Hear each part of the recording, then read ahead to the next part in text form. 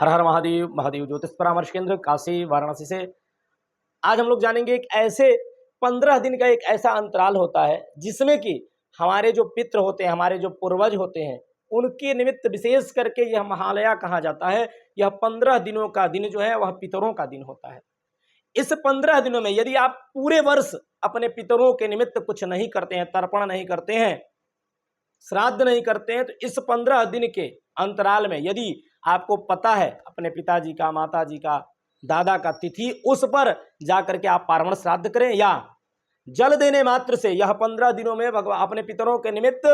तर्पण करने मात्र से हमारे पितृ लोग प्रसन्न होते हैं। यह कहा जाता है कि पृथ्वी पर स्वर्ग लोक से जो है पितृ लोग जो है पृथ्वी पर विराजमान होते हैं इस 15 दिनों में। और इस 15 दिनों में यदि आप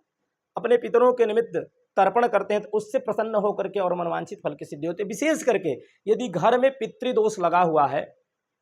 तो उसका लक्षण यह है कि घर में संतान की उत्पत्ति न होना, दूसरा मांगलिक कार्य नहीं होना, घर के सदस्यों का आपस में तालमेल नहीं रहना, आपस में झगड़ा होना, मनमुटाव रहना, बातों को काटने की प्रवृत्ति बनी रहनी, इसके साथ साथ रोग और व्याधि, नाना प्रकार के रोग से पीड़ित होना तथा आर्थिक तंगी का आना, ये समस्त जो है हमारे पितृदोष को दर्शाता है। तो यदि आप पितृदोष से कहीं ना कहीं प्रभावित हैं तो आप इस